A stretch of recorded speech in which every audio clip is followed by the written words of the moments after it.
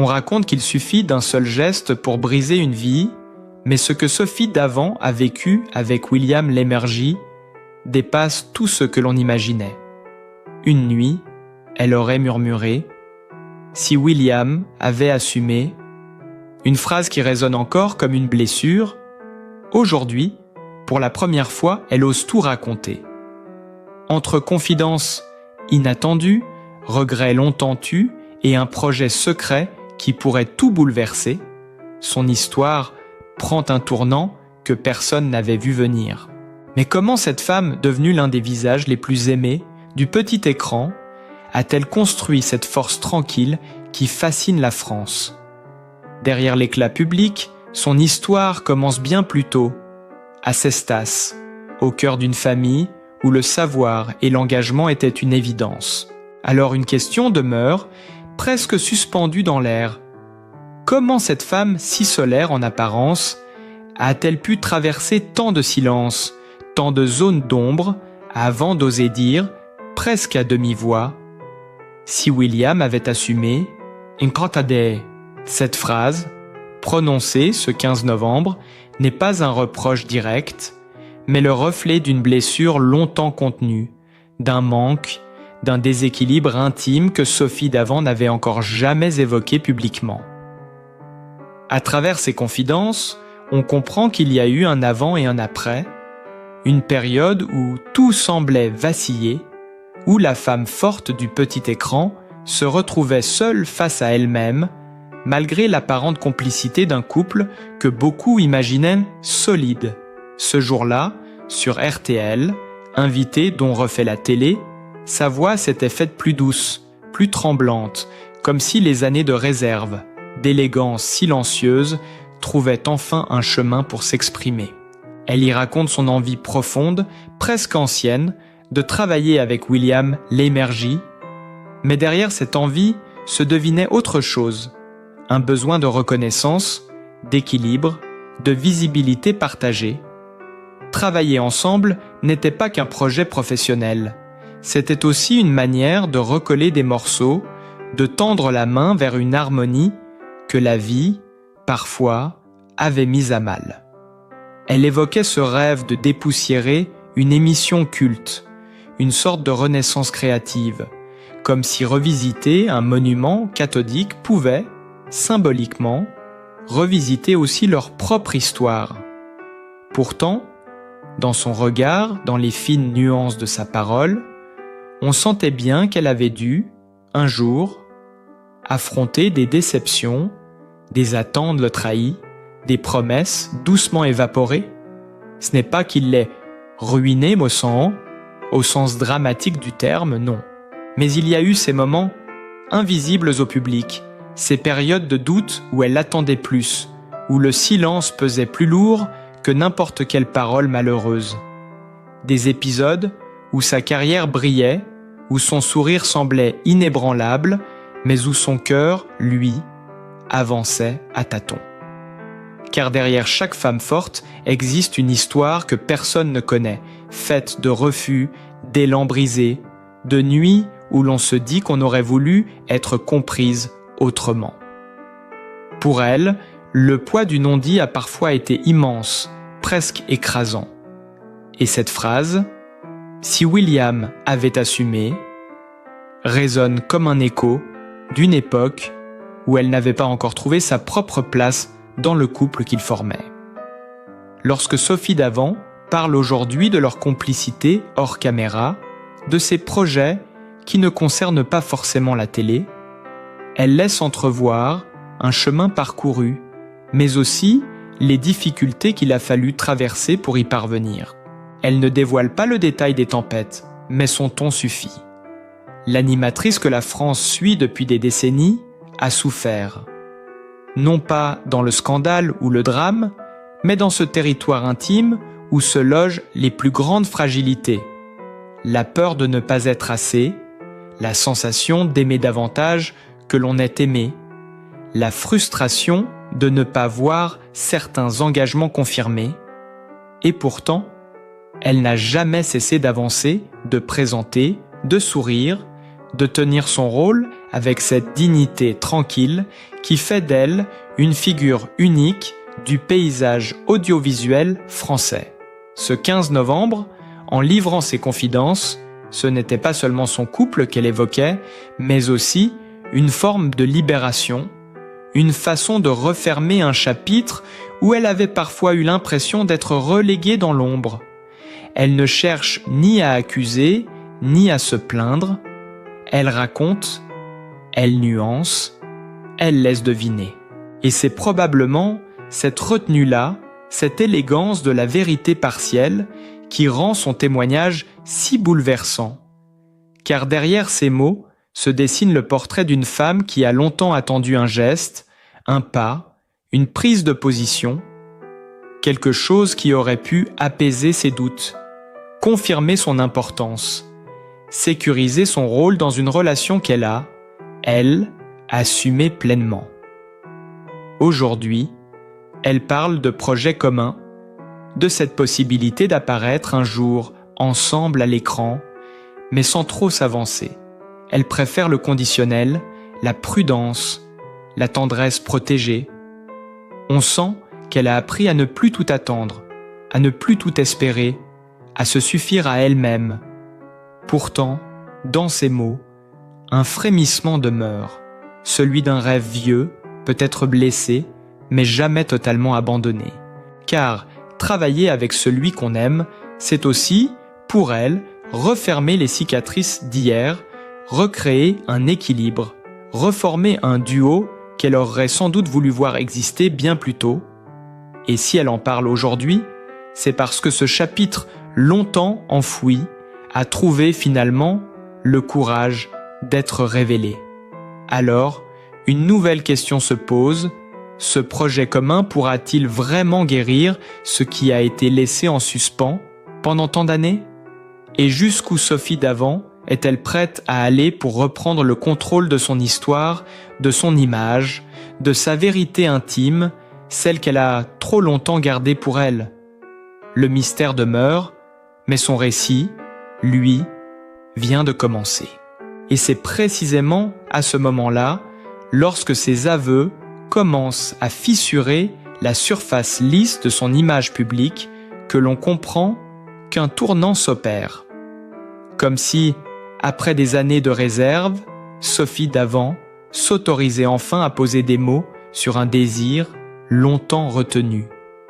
Celui de construire quelque chose non seulement avec William Lémergie, mais surtout pour eux deux, comme une manière de réécrire une histoire, parfois marquée par des décalages et des attentes étaient silencieuses. Elle avance avec prudence, mais avec une conviction nouvelle, presque vibrante, comme si la confidence avait ouvert une porte qu'elle n'était plus prête à refermer. Car derrière cette phrase, si William avait assumé, se cachait peut-être aussi une envie de visibilité partagée, une reconnaissance douce que leur couple méritait d'exister autrement que dans les coulisses. C'est là que surgit l'idée qui fait briller son regard. Relancer, tourner manège. Et ce jeu culte du speed dating avec William à ses côtés. Lorsque les animateurs lui demandent ce qui la séduit, tant dans cette idée, elle esquisse un sourire, presque enfantin, comme si elle reconnaissait enfin un rêve qu'elle avait longtemps gardé pour elle. On y a pensé. On aurait trouvé ça super rigolo parce qu'on est en couple, ce n'est pas un secret, avoue-t-elle. Une confession qui résonne comme un petit séisme pour tous ceux qui ont suivi sa carrière, tant Sophie Davant s'est toujours protégée derrière une élégante pudeur. Mais cette fois, elle se dévoile, sincère, lucide, assumée. On sent qu'elle y pense vraiment, que l'idée n'est pas un simple effet d'interview, mais une possibilité réelle, nourrie, réfléchie, presque un geste réparateur envers tout ce qui n'a pas été dit auparavant. Et derrière cette envie, il y a aussi une aspiration plus profonde. Revisiter une émission considérée comme un monument de la télévision française. Elle imagine un format en 2e ou 3e degré, plus moderne, plus décalé, peut-être même plus tendre, où le regard qu'elle porte aujourd'hui sur les relations humaines pourrait trouver toute sa résonance. Ce projet, elle ne l'évoque pas à la légère. Elle en a déjà parlé en interne, posé des mots, esquissé des pistes. Pour elle, ce serait aussi un pas vers quelque chose de neuf, un souffle de renouveau, dans une carrière où elle a souvent porté seule le poids des décisions, des attentes, des chemins à tracer. Mais un détail intrigue, sa nuance lorsqu'elle parle de la participation de William Lémergie. Elle sourit, hésite, puis admet que la personnalité plus classique de son compagnon pourrait rendre l'exercice délicat. Ce n'est pas un jugement, encore moins une critique. C'est une lucidité douce, une manière d'accepter que leurs différences pourraient aussi devenir un jeu, un moteur, un défi. On sent dans sa voix une tendresse réelle, un respect profond pour ce qu'il est, tout en laissant entendre qu'elle, de son côté, pourrait aller plus loin, oser davantage, prendre des risques qu'il n'est peut-être pas encore prêt à prendre. Et c'est là que surgit le véritable point de tension, presque un sommet émotionnel du récit. Si ce projet voit le jour, ce serait aussi pour elle une manière de reprendre la main, de s'autoriser à créer selon ses propres envies, même si cela signifie s'éloigner légèrement des peurs ou des hésitations de l'autre, de ne plus attendre qu'il assume, mais d'assumer elle-même, une bascule intime, imperceptible mais fondamentale, comme si elle transformait une blessure passée en moteur de création. Elle le dit sans l'affirmer, mais l'énergie qui traverse ses mots ne trompe pas. Sophie Davant a décidé d'avancer. Et pourtant, malgré toutes les nuances, malgré les précautions, elle insiste sur un point essentiel. Il reste ouvert, prêt à imaginer, à rêver, à construire à deux. Ce « à son rythme » qu'elle ajoute en parlant de William n'est pas un frein, mais une manière affectueuse de respecter leur équilibre. Comme si elle savait désormais que la clé de leur duo n'est pas de marcher au même pas, mais d'apprendre à accorder leurs différences. Alors, tandis que l'on découvre cette Sophie plus intime, plus transparente qu'on ne l'a jamais vue, une nouvelle question affleure, presque comme un souffle. Ce projet en duo va-t-il réellement sceller un renouveau, refermer certaines fissures, ou au contraire, ouvrir un chapitre où chacun devra enfin décider jusqu'où il est prêt à aller, pour l'autre, pour soi, pour ce qu'ils rêvent de devenir ensemble. Le mystère reste entier, mais dans le tremblement discret de sa voix, on devine que quelque chose en elle a déjà changé. Et c'est précisément lorsque la conversation glisse vers tourner manège que tout s'éclaire soudain, comme si la vérité intime que Sophie avait jusque-là laissée en filigrane prenait enfin une forme concrète. Elle sourit, hésite un instant, puis laisse échapper cette phrase qui restera suspendue. Après, je ne sais pas si William aurait assumé jusqu'au bout, parce que moi, je suis un peu plus fofolle. Lui est quand même plus classique. Une phrase légère en apparence, presque taquine, mais où résonne un aveu bien plus profond qu'il n'y paraît. Car derrière l'humour, derrière la spontanéité contrôlée d'une professionnelle aguerrie, se devine quelque chose de plus fragile. La conscience d'une différence fondamentale qui, depuis des années, façonne leur couple, parfois l'enrichit, parfois le bouscule. Elle ne dit pas cela pour pointer du doigt ou réclamer une explication. Elle le dit pour la première fois, comme on pose une vérité qu'on a longtemps tournée et retournée en silence. Une vérité douce, mais qui a pesé. Elle, l'audacieuse, l'instinctive, l'animatrice qui ose, qui expérimente, qui avance parfois trop vite. Lui, le prudent, le mesuré, celui qui préfère maîtriser, réfléchir, s'assurer que le pas est solide avant de le franchir. Cette différence, ils l'ont toujours connue, mais jamais encore elle ne l'avait formulé aussi clairement devant un micro. Et pourtant, dans cette confession, il n'y a ni frustration ni accusation. Il y a une forme de paix, une acceptation sereine de ce qu'ils sont l'un pour l'autre. Elle reconnaît ce qu'elle aurait peut-être voulu vivre plus tôt, une collaboration assumée, un projet partagé, un geste public qui aurait scellé la force de leur duo, mais elle reconnaît aussi que cette attente-là appartient au passé, qu'elle ne lui en veut plus, qu'elle ne cherche plus à forcer ce qui n'a pas encore trouvé son moment. C'est peut-être cela la renaissance de Sophie d'Avant. Comprendre que l'autre n'a pas à évoluer selon notre rythme pour nous aimer, qu'un couple se construit aussi dans le décalage, dans la patience, dans les pas qui ne s'alignent pas toujours. Et cette phrase « Je suis un peu plus fofolle, lui est plus classique » devient alors un sourire adressé à leur histoire, une façon tendre de dire « Voilà pourquoi on a mis du temps. Et voilà pourquoi aujourd'hui c'est possible. » Car de son côté, William Lémergie n'a jamais fermé la porte. Plus discret, plus réservé, il avait confié en juin dernier sur Culture Média « Ce n'est pas impossible. C'est une idée qui nous a été suggérée. » Dans sa manière de répondre, dans sa prudence mesurée, on sentait déjà cette ouverture, cette curiosité timide qui le caractérise si bien. Un pas, petit mais réel, qui suffisait peut-être à elle pour croire que le moment approchait enfin. Leur duo, longtemps en retrait, semble aujourd'hui s'avancer vers quelque chose de plus clair, de plus assumé, de plus aligné. On perçoit dans leurs deux discours un mouvement harmonieux. Elle qui s'explique, lui qui n'exclut pas, elle qui ose se dévoiler, lui qui laisse une brèche ouverte. Ce n'est plus un combat silencieux entre deux visions, mais une tentative sincère de trouver un terrain commun, un espace où leur tempérament pourrait se répondre plutôt que se contredire. Et ce qui bouleverse le plus dans cette séquence, ce n'est pas tant les projets évoqués que la manière dont Sophie se tient désormais devant sa propre histoire. Elle n'attend plus qu'il assume.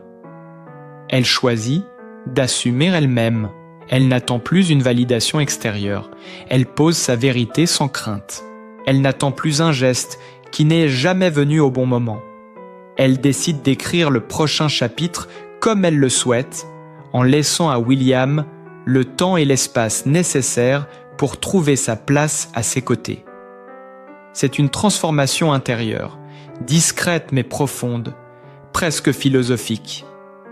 Accepter que l'amour n'est pas symétrique, que la force d'un couple ne réside pas dans la perfection, mais dans la manière dont on apprend à danser avec les différences. Cette prise de conscience irrigue chacun de ces mots. Elle parle moins comme une animatrice qu'on écoute et davantage comme une femme qui s'est réconciliée avec une partie d'elle-même. Alors, la question n'est plus « William assumera-t-il vraiment ?» La vraie question devient « Sophie, elle, assume-t-elle enfin qui elle est, ce qu'elle veut, ce qu'elle n'attendra plus pour vivre ?»